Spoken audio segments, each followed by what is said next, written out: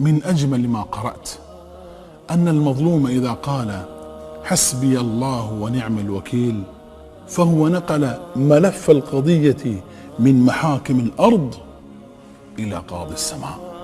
صدق.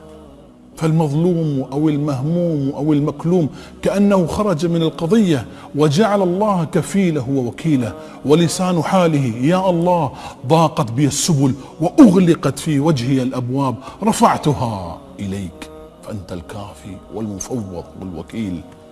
قلها وزد بعدها يقينا وإيمانا. الذين قال لهم الناس إن الناس قد جمعوا لكم فاخشوهم فزادهم إيمانا وقالوا حسبنا الله ونعم الوكيل.